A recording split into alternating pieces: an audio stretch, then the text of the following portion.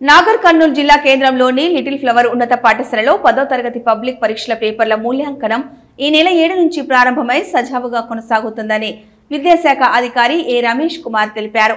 ఈ జవాబు పత్రాల మూల్యాంకనమును మొత్తం 384 మంది సిబ్బందితో ఈ ప్రక్రియను సజావుగా కొనసాగిస్తున్నామని, అలాగే ఈ ప్రక్రియకు సంబంధించిన సిబ్బందిని నాగర్ కర్నూలు, వనపర్తి జిల్లాలకు చెందిన సబ్జెక్టు ఉపాధ్యాయులను నియమించినట్లుగా ఆయన తెలిపారు. రాష్ట్రంలోని వివిధ జిల్లాల నుండి నాగర్ కర్నూలు జిల్లాకు వచ్చిన సుమారు 1,34,461 విద్యార్థుల పేపర్లను ఈ నెల 15 నాటికి ఈ మూల్యాంకన ప్రక్రియను పూర్తి చేయాల్సి ఉందని డీఈఓ తెలిపారు. ఈ సందర్భంగా స్పాట్ కేంద్రాన్ని సందర్శించిన ఆయన స్పాట్ వాల్యుయేషన్ లో పాల్గొంటున్న ఉపాధ్యాయులకు వివిధ సూచనలు, సలహాలు అందిస్తూ ప్రతి ఉపాధ్యాయుడు రోజుకు 40 పేపర్లను మాత్రమే దిద్దేందుకు వీలు ఉంటుందని, అత్యంత పకడ్బందీగా క్షుణ్ణంగా పరిశీలించి ఈ మూల్యాంకన కార్యక్రమాన్ని జిల్లాలో విజయవంతంగా పూర్తి చేయాలని ఉపాధ్యాయులను డీఈఓ రమేష్ కుమార్ ఆదేశించారు.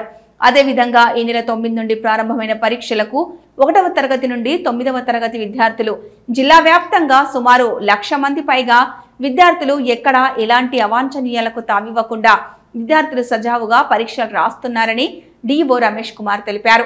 ఈ కార్యక్రమంలో ఎగ్జామ్స్ ఏసీ రాజశేఖర్ రావు, అసిస్టెంట్ క్యాంపు ఆఫీసర్ కురుమయ్య, కార్యాలయ పర్యవేక్షకులు నాగేందర్, మూల్యాంకనం పర్యవేక్షణ అధికారులు సత్యనారాయణ రెడ్డి, శ్రీనివాస్ రెడ్డి, నర్సింలు, ఇతర సిబ్బంది తదితరులు పాల్గొన్నారు.